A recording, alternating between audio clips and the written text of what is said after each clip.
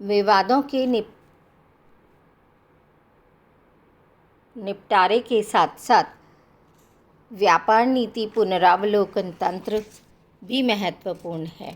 यदि हम भारत के साथ WTO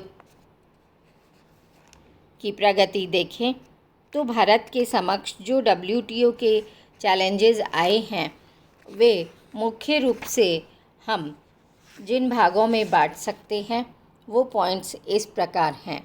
सबसे पहले समझौते का क्रियान्वयन एवं कानूनी संशोधन की समस्याएं। फिर भारतीय कृषि को भी इसका काफ़ी कुछ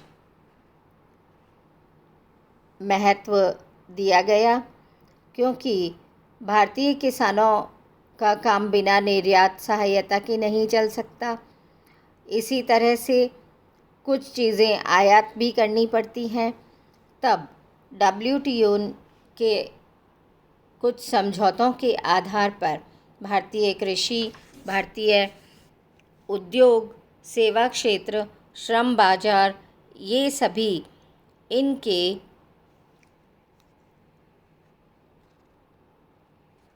कुछ नीतियां फेवरेबल रहीं भारत के और कुछ नीतियां WTO के मूल सिद्धांत के विरुद्ध रहीं।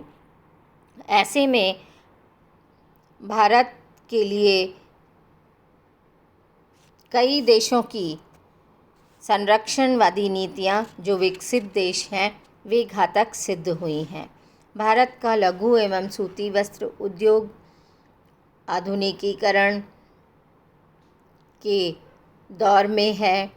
इसी तरह से विनियोग और सरकारी खरीद में पारदर्शिता बनाए रखना, भारतीय पर्यावरण को और अधिक विकसित करना, ये सारे के सारे कुछ मुद्दे भारत के लिए विश्व व्यापार संगठन को लेकर काफ़ी महत्वपूर्ण रहे।